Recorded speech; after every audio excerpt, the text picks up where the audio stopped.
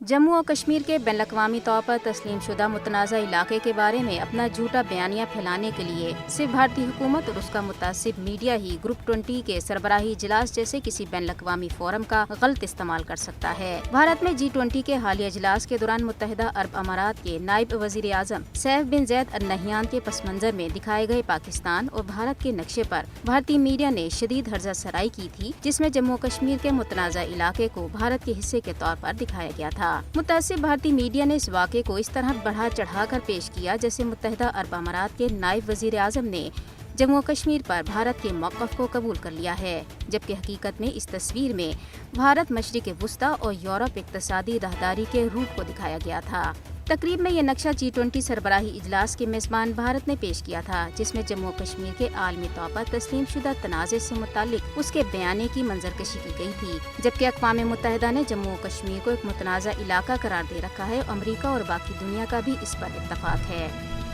मक़बूज़ा जम्मू कश्मीर से मुताल्लिक़ मुतासिब भारतीय मीडिया का झूठ माजी में भी बुरी तरह बेनकाब होता रहा है, लेकिन वो अपनी मज़मूम हरकतों से बाज आने को तैयार नहीं। सितंबर 2021 में भारतीय सहाफ़ी अर्नब गोस्वामी को भारत के कौमी टीवी चैनल पर एक और पाकिस्तान मुखालिफ साजिशी थ्योरी पेश करते हुए रंगे हाथों पकड़ा गया था। अपने शो द डिबेट में गोस्वामी ने दावा किया था कि अफगानिस्तान में उसके ज़राए ने इतला दी है कि पाकिस्तानी फौज के अफसरान काबुल में सरीना होटल की 5वीं मंजिल पर मुकीम हैं। तहम अगले ही दिन उसका झूठ पकड़ा गया कि सरीना होटल काबुल सिर्फ 2 मंजिलों पर ही मुश्तमिल है, जिसका तीसरा, चौथा या 5वां फ्लोर है ही नहीं।